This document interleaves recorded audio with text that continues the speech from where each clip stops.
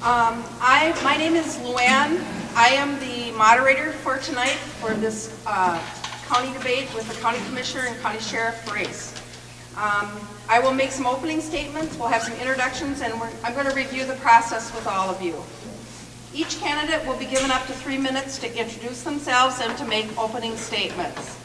A question and answer period will follow where the moderator will pose prepared questions and questions from the audience to each candidate.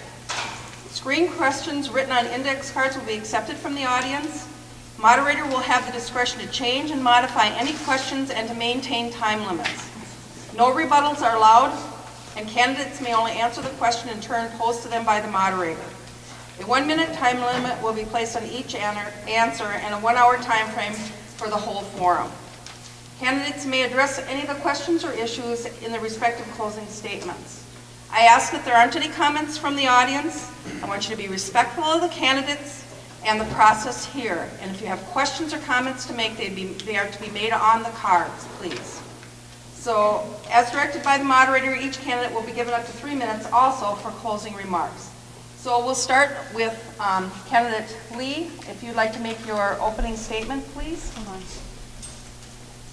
Okay. Tice will be timing it for you. Like 5 seconds, I'll just put my hand up. Hopefully not. So you know. Okay? You ready? Well, thank you. I appreciate all of you coming out tonight. I believe this sheriff's race is a very important race. My name is Derek Lee, and I would ask for your vote November 4th. And throughout the evening, you're going to hear some topics that are probably pretty concerning to you, as they should be. I've been a licensed peace officer for 27 years in the state of Minnesota. Worked for Carver County Sheriff's Office for 21 years. I'm currently the chief of police out in Olivia, and I live just south of town here on a hobby farm.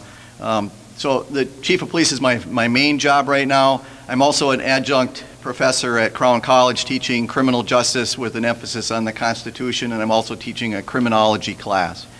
I've got a master's degree in organizational leadership. I'm a state certified emergency manager.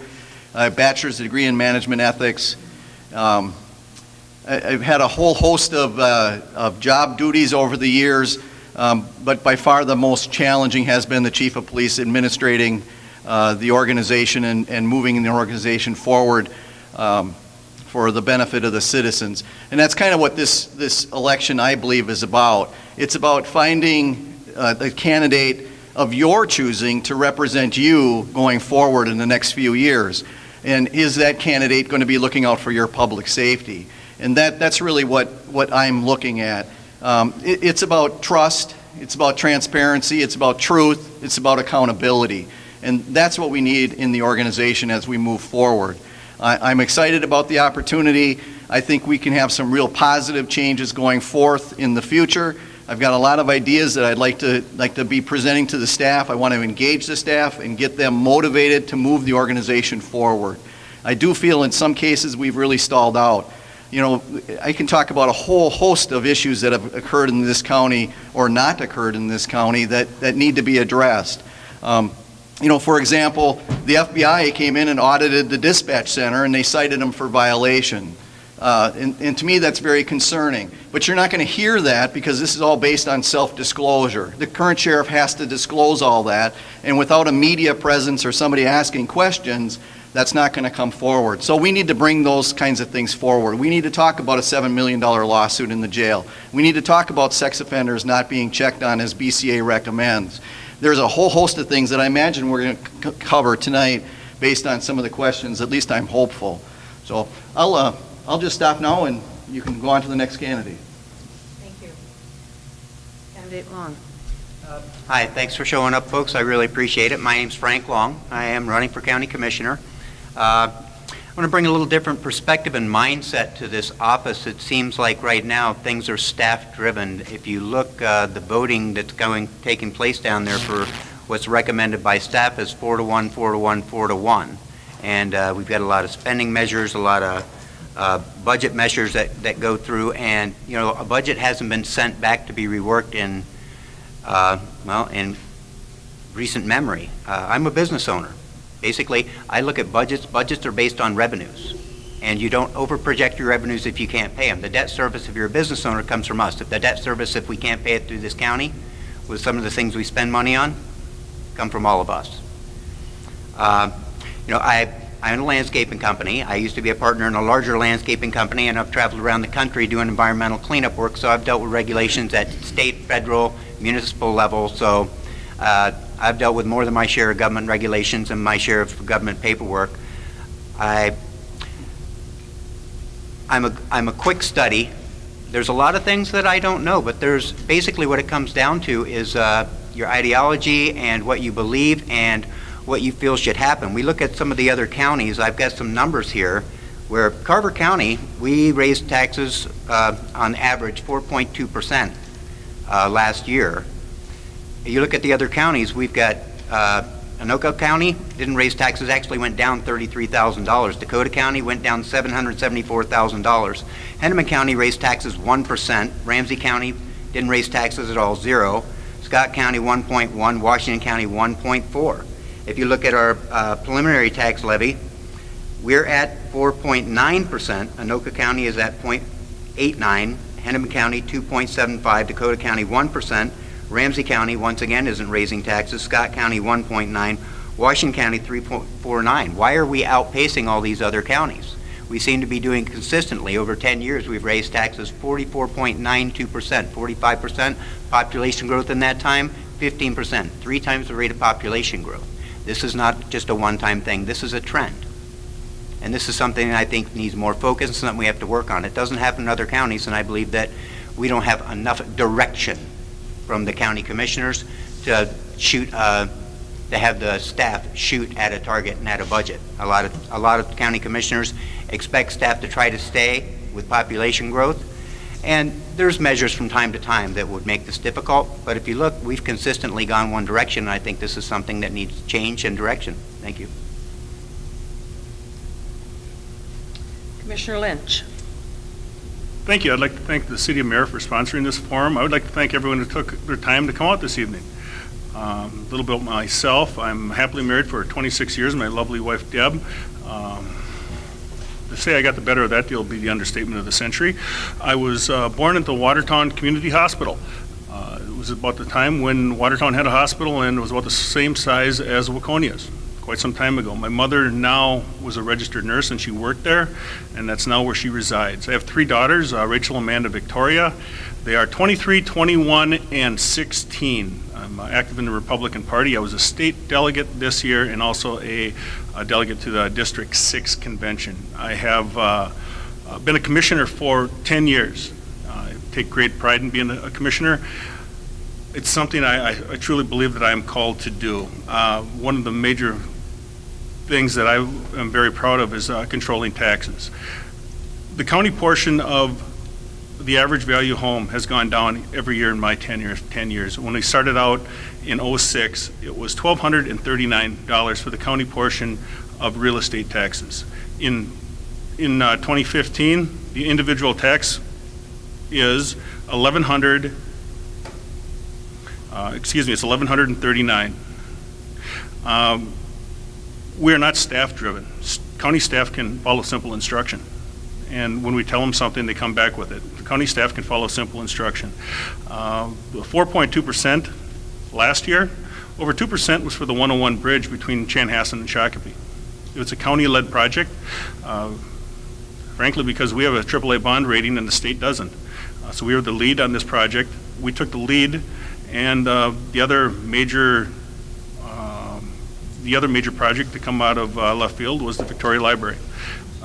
As agreed with other libraries, Watertown, Waconia, Chanhassen, Chaska, and also Norwood Young America, they supply the building, and we supply the infrastructure inside, the books, computers, whatnot.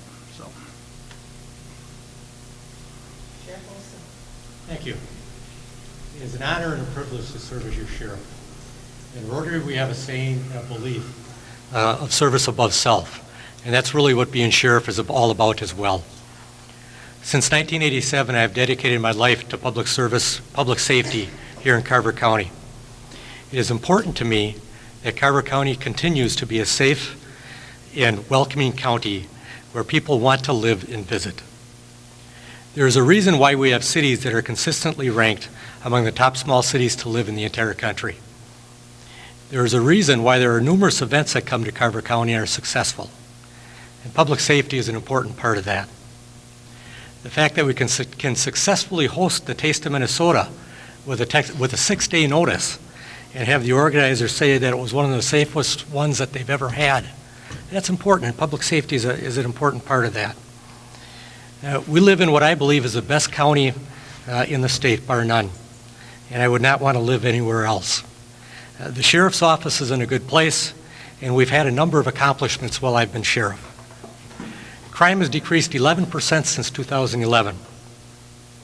The budget's been held to a 1% total increase from 2010 through 2013. And the sheriff's office budget, we've been under budget every year that I've been sheriff. Emergency management is now under the umbrella of the sheriff's office. We took that over last year. We implemented a permanent drug take-back program in Carver County that has safely destroyed over 4,000 pounds of medications that's been taken out of people's homes and kept out of landfills and kept out of the water supply. We implemented security screening at the Carver County Justice Center to enhance public safety. We merged Carver County, our SWAT team, with the Tri-City Scott County SWAT team and reduced our number of SWAT personnel from 15 down to 6. We've partnered with county fire departments to implement a new dispatch protocol to improve allocation of fire resources to large incidents. And we have partnered with Ridgeview Hospital on a new 911 phone system which will be installed this year.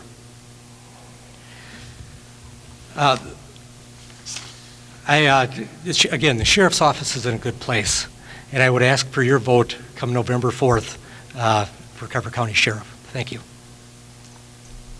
Okay, the next question is for all the candidates, and the question is, tell us about your greatest political accomplishment. And we'll start with you, Mr. Long. Well, I suppose becoming Carver County GOP chair. I am also an active Republican. I believe in the Republican Party and what it stands for.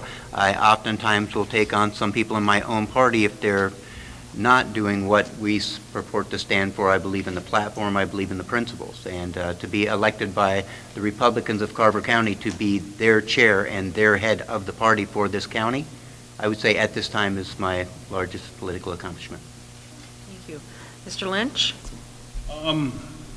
If I could, I guess I'd have two. The largest political accomplishment would be the individual tax burden of the individual average value home from $1,239 to $1,149, from 06 to 15. I believe that is a great accomplishment. The other one I really think is, and we're just getting the tip of the iceberg, is the fiber optic ring. We reviewed it today. I ran into Bob Stevens, the CEO of Ridgeview, and he mentioned very succinctly that I asked him if it was a beneficial. He said it's a godsend.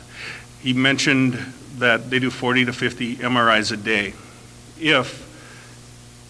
And he said if we do many procedures here at Ridgeview, if you need to go to Abbott, with who they partner with, they hit enter, and you already have a surgeon looking at your file. I was door knocking the other day, and I actually ran into a gentleman, and he told me that was his story, and he showed me the scar, and he told me that exactly thing.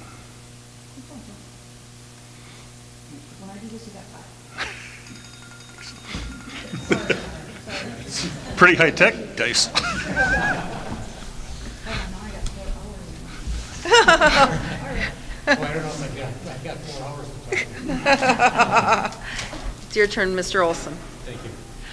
My greatest political accomplishment has certainly been, it was an honor and a privilege to be elected sheriff back in 2011.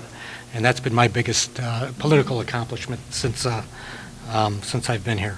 Holding crime down, crime going down 11% since 2011, staying under budget every year, and having just a 1% budget increase total from 2010 to 2013 would probably be our biggest accomplishment. Thank you. Thank you. And you, Mr. Lee, can you tell us about your greatest political accomplishment? Well, I haven't held political office yet. I would say, there's been a variety of things as a sergeant of investigations, I led the Tanshan homicide investigation where we received a successful conviction of the person who committed the homicide. I also led the Frida's kidnapping case, which was a Chaska case that had potentially could have went to a homicide, but it was a kidnapping case that we got a successful conviction on 2 individuals. You know, personally, I've trained probably 30-plus individuals to become sheriff's deputies for this county. I think that that's pretty, you know, that's a lot of folks that I'm trying to mentor to get through to have this next generation providing service to the community. You know, I do a lot of stuff out in Olivia as the chief of police, a lot of crime prevention activities. There's numerous things that I've done over the years, and those have led me to believe that I need to be the next sheriff for Carver County. Thank you. This question is for you, Mr. Lynch. In hindsight, do you still believe that Carver County's purchase of the ballroom or event center was a wise choice, given it often sits empty, unfairly competes against private sector event sites, and is beginning to show signs of deterioration? Well, we couldn't have had the governor's fishing opener in 2012 without it. Every year, the Lions Club, the Waconia Lions Club, has the Wild Game Dinner, and also they have the Antique Snowmobile Show, along with other events and venues. If someone else wants to build one, and I don't know if we can necessarily compete because my daughter's going to get married, and we booked this hall.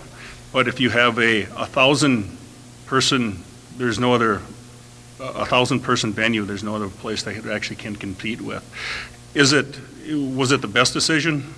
It was in the boundaries of the Lake Waconia Regional Park, and that has all been completely purchased now, and now it's just the development of the park. The next question is for the sheriff's candidates, and for you, Sheriff Olson, also. If the county, we'll start with you, Sheriff Olson. If the county is that understaffed, does that mean there are fewer people patrolling, and are we patrolling too lean? I've taken a look, certainly over the years, at where we're at from a staffing standpoint. Our attrition rate through the 4 years I've been sheriff has been about 9.5% in the county. That compares to about 8.1% for the county as a whole. We have been short-staffed throughout the past few years, but I got to tell you, I've been here since 1987 with the sheriff's office, and we haven't been full-staffed since I've been here. We have 159 employees, and from an attrition standpoint, we're going to go through some people. We've went through a few more recently. We've had some retirements. We've had people that have moved out of country. We've had people that have went to other places for other jobs. We're still getting the public safety is still being done within the county, and we are not running too lean. Thank you. And you, Mr. Lee, could you please answer the question? If the county is that understaffed, does that mean there are fewer people patrolling, and are we patrolling too lean? I believe the county is understaffed right now. The strength of the organization is authorized by the county board to be 159 employees. Currently, they're running around 144 employees, which means there's about 14 employees short. We keep hearing various numbers bantered about. Just a couple weeks ago, we were told by Sheriff Olson that it was 3 or 4 deputies down. Today's Star and Tribune, he admits that they're down about 14 people. It does equate to public safety. I have a case where somebody calls 911 and wants to have a deputy show up because they're having a domestic abuse situation. It took a half-hour response time to get there. 20 minutes into it, it turned into a medical situation. Still took 10 minutes for the squad to arrive on scene. It's wrong. It is a public safety issue, and we need to address it. We have deputies that leave one contract city to go to a call in another contract city, leaving that initial contract city short. It needs to stop, and it needs to stop now. So this is sort of a follow-up question to that same question, and I will ask you to answer it first, Mr. Lee. Address the shortage of the police officers in Carver County and state your plan on how you would change it. So could you please answer that question? Well, in 2013, the Sheriff's Office initiated a study or a survey within the organization, and the survey results indicated that wages were the biggest part, but then it was also the administration of the organization, with over 40-some% saying that that there was problems in the organization with that. And some of it relates to the culture of the organization. Those are large numbers, and it is a survey that's done. You can do a data request like I did to get that information. It is a problem. To address it, we need to change the culture. We need to change how we do business in Carver County, what's important. We need to value the employees that are working here. One of my biggest concerns is that a few years ago, we had deputies that lived in the area, and they were encouraged to move to this area. Now we have a vast majority of employees that live outside of the county that migrate into the county to work. They're not a vested interest in the community. They don't have their kids. They're not shopping locally. They're going out. Okay. Would you, Mr. Olson, please answer the question? Address the shortage of the police officers in Carver County and state your plan on how you're going to change it. Sure, thank you. I just need to correct something that my opponent said. We are not 14 officers down. We are 14 employees down from a sheriff's office standpoint, not 14 officers down. Derek talked a little bit, my opponent talked a little bit about the survey. 83% folks said that the reason they had thought about potentially leaving was because of pay. 74% of them said that they would recommend Carver County as a place to work. 94% said they would rate Carver, or the sheriff's office, as a fair, good, or great place to work. And 90% rate their job satisfaction as fair, good, or great. Staffing has been an issue for law enforcement metro-wide and statewide, and there have been many articles and things in the paper, radio, television regarding that. And we're not alone. We've had some issues with that. There's been a lot of openings. There's been a lot of people that have been moving around the metro. Hennepin County, I think they're down 40 or 50 officers. So we need to get the best people we can, and I will not compromise on my principles on who we hire. Thank you. Thank you. This question is for all the candidates. Would you be willing, we'll start with Mr. Lynch. Would you be willing to submit to a criminal background check? I have a 21-year-old daughter, and she's a senior in college, and right now she's applying for grad school. And one of the prerequisites is a background check. She just got a new job as a CNA, a certified nursing assistant. And before the nursing home would hire her, she had a criminal background check. And she also changed departments, and she also had a criminal background check. I have no problem with that. I'm here before you asking for your vote, so yes, I would take a criminal background check. Sheriff Olson. Absolutely. Mr. Lee. Yes, absolutely. And you, Mr. Long. Sure. Okay.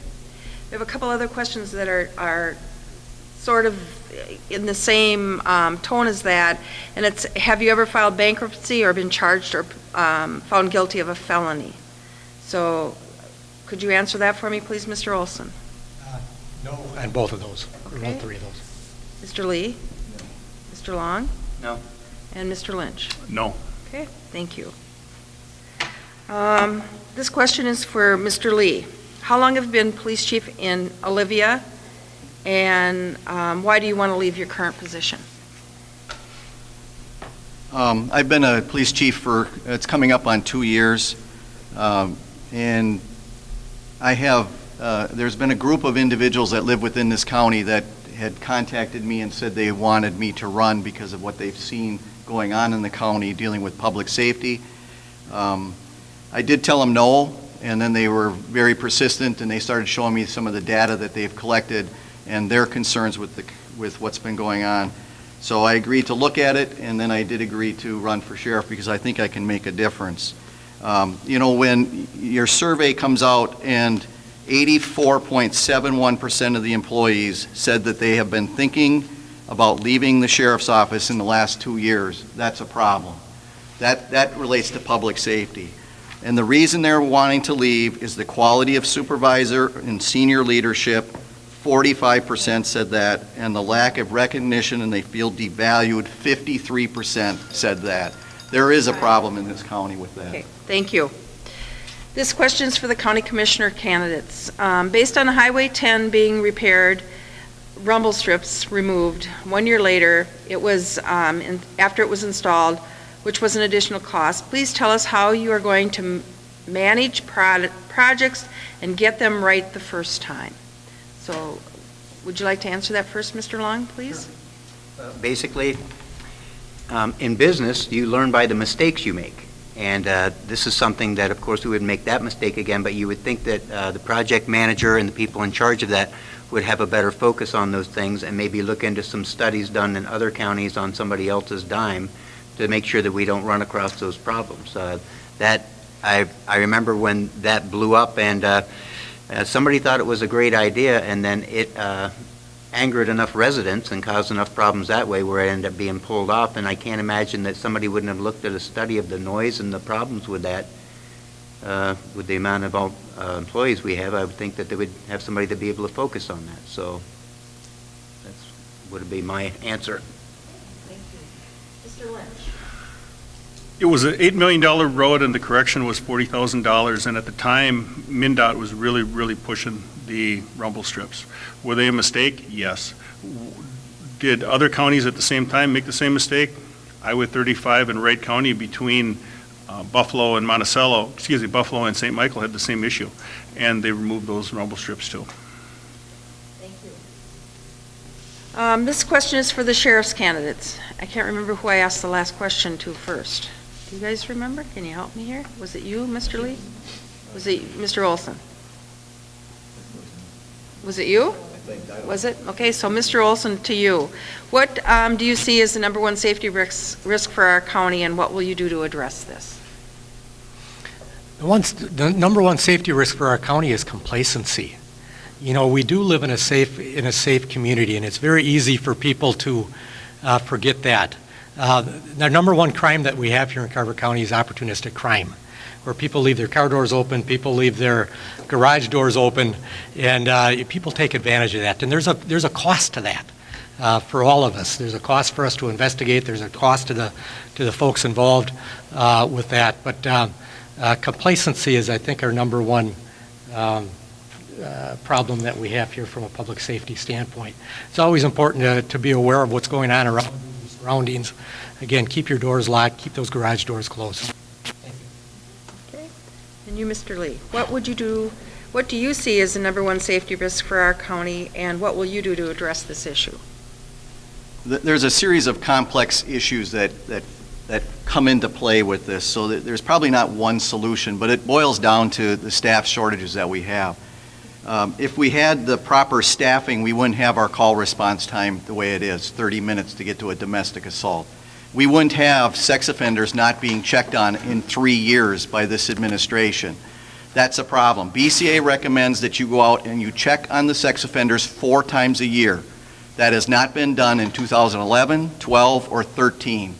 My opponent has claimed that he's gone out. In today's Star and Tribune, if you look at the article in there, he admits that they have not gone out in 3 years to look at that. He's correct, there's a lot of opportunistic crimes, but we have a lot of crimes that we can prevent just by doing what we're supposed to be doing, what the BCA or Department of Corrections says we should be doing.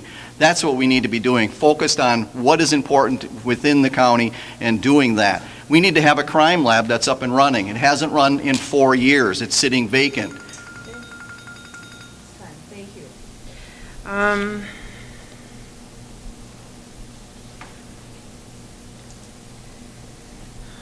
have another question, I believe, for the sheriff's candidates. It's why have the positions not been filled, and how does the overtime spent compared to the other counties our size? So if you'd like to answer that first, Mr. Lee. I don't know why they haven't been filled. Okay. I can tell you that in 2013, the Sheriff's Office spent over $1 million in overtime. This year, it'll be over $1.2 million in overtime. I have not researched what other counties have done, but it's unacceptable for this county to be having that much overtime. The shifts are being mandated for officers to work. They'll call them assigned shifts, but they're mandated shifts. And they're working long hours, they're working extra days to make sure that you have enough coverage out there, and we're still not hitting the mark.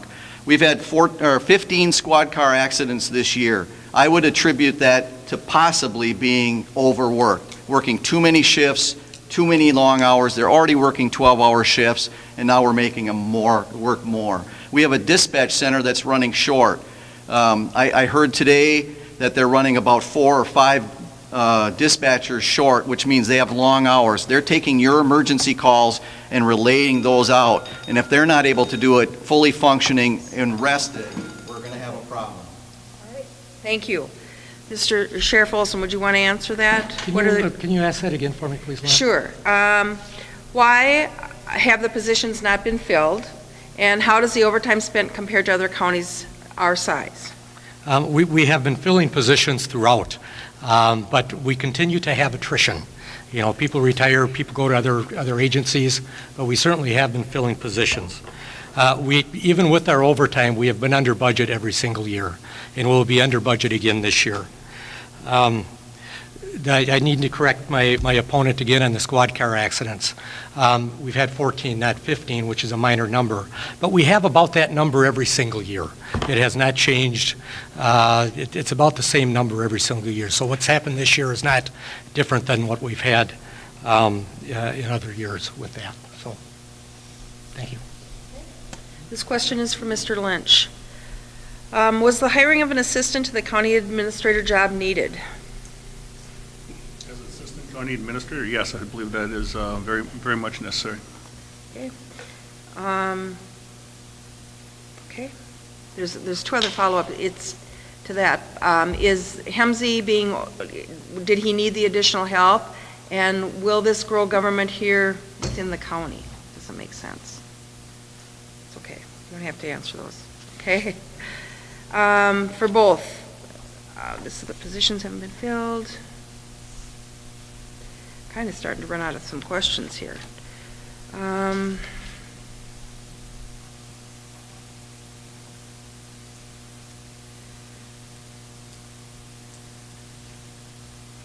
have a question for you, Sheriff Olson. Do you know if the county government purposely over budgets your department? They do not.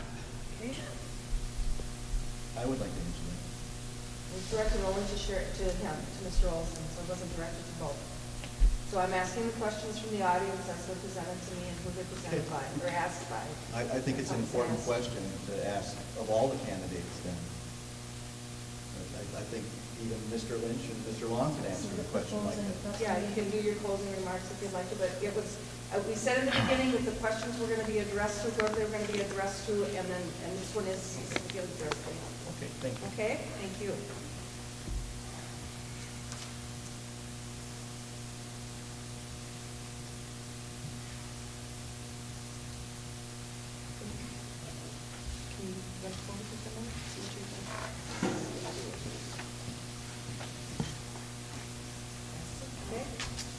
This one is for you, Mr. Lee. As an Olivia Police Chief, what is your staffing record, and what have you accomplished in your current role? Someone? Okay. The staffing, I've hired 9 part-time staff. I have 4 full-time staff. What have we accomplished in my role? It's been a whole lot of stuff. I've worked on the policy manual. They had a very limited policy manual. We've updated that. One of the biggest public safety things, I have a high school and middle school in my town that we do not have a COPS grant, but we infuse ourselves within the organization, within the school organization. We're in there at least 1 hour a day, half hour in the morning, half hour in the afternoon, sometimes during lunch hour. And we have an alternative learning center, and last year the crimes went down 50% within the school just because we've infused ourselves. It doesn't cost the taxpayers anything extra to do that. In fact, we also go to a neighboring town to teach in the elementary school net smarts and that kind of activity with them. It's connecting with the community. We've also expanded the use of Facebook, and we use that extensively for our animals and crime prevention messages. Okay. The next question is for you, Mr. Lynch. The question is, did you vote for the possibility of an adult entertainment establishment in Hollywood Township? Absolutely not. What we did is that we have a restrictive use. Every city within the county has a restrictive use ordinance of when it comes to adult use. We didn't have one, and then one could open up without any restrictions whatsoever. I voted for a restrictive use, adult use. Okay, thank you. We're at a time where we really are going to move to closing remarks. And so I would ask each of you to keep your closing remarks to 3 minutes. We started on this end of the table for the opening remarks, so we'll start on the other end of the table for the closing remarks. So Sheriff Olson, if you would like to start, please. Thank you. Thanks for the opportunity to talk with you this evening, and thanks for taking time out of your busy day.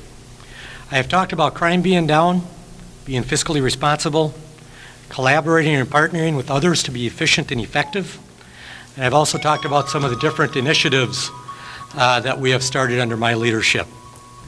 I have the proven experience, knowledge, skills, and leadership to continue this honorable task to serve its residents. Most importantly, I promise to hold true to the principles of treating all I serve with respect and dignity and service above self. I have not and will not forget whom I serve and will continue to be active, available, and accessible within the community. Public safety is our #1 priority, and over the next 4 years, I will continue to find ways to be innovative and fiscally responsible. I would be honored to have your vote and continued support on November 4th. Thank you very much.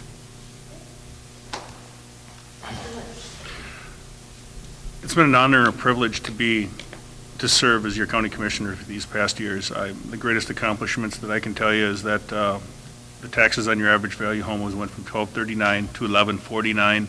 We have a AAA bond rating. That's kind of rare for different counties. We have it's an honor and a privilege, and it's something that I believe that I'm called to do. I believe that God gave me common sense, and I can listen to all opinions and make an informed decision, and look at myself in the mirror at night and knowing that I made the right decision. And most of all, I haven't lost my sense of humor. I had a good friend who happened to has a Lynch sign in the front yard, texted me and said that he watched the neighbor's dog walk up to my sign, lift his leg, do his business, and then walk on. I texted him back and I said, that dog must be a good judge of character. He texted me back about 5 minutes later. He said, I would have texted you back sooner, but I was laughing too hard. So, thanks. Mr. Long. Well, I do believe that we need a little bit of a different mindset, a different perspective down there. I've been watching county politics for, about 7 or 8 years, and we seem to be going one direction, and basically what it is spending and adding infrastructure and adding unneeded infrastructure. There's things that government is supposed to do, but we've spent a lot of money on recreational spending. The ballroom, Tim feels the ballroom's a good thing. We're not paying the debt service on it, and we basically never will. We need more of a business mindset on these things, where is it going to get a return? It's people's money. We should be making sure that they get a value for every dollar they're taking from people. And I don't think we're getting the value out of this county we should.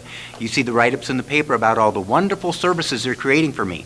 You know what? I would like to keep my money and decide what services I'm going to purchase. It is not for them to decide. So these are some of the problems that I have.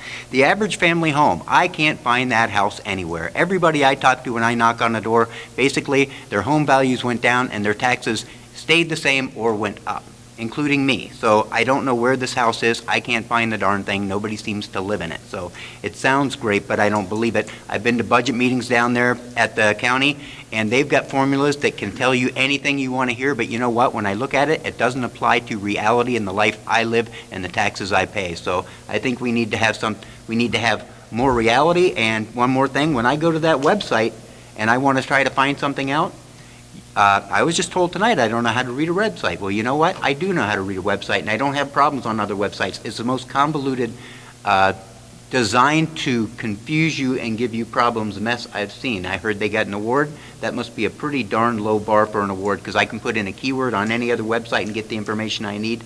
That should have Excel sheets and something that approximates the profit and loss statement, so every ordinary citizen can go on there and find out what their money's being spent for, who voted for it.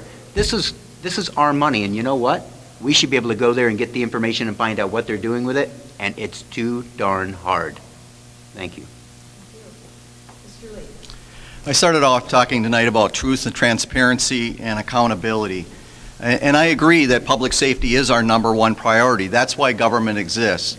But when we have a sheriff's organization that refuses to go out and check on sex offenders for 3 years and now has discovered that that probably is the wrong thing to do, that's problematic to me. When he talks about coming in under budget every year, this year alone the budget is over $18 million. 2 years ago, the budget was $15 million. I don't know where this 1% comes in, and that's in the past. What we're talking about now is last year, this year, and in 2012. The budget has gone up almost 20% in 2 years, $2.9 million. And this is off the convoluted website that Frank is talking about. It's concerning to me. His number one accomplishment on his brochure and what he's talked about tonight is reducing crime by 11%. I have not seen any initiative that's been developed by this organization in 3.5 years that he's been in office.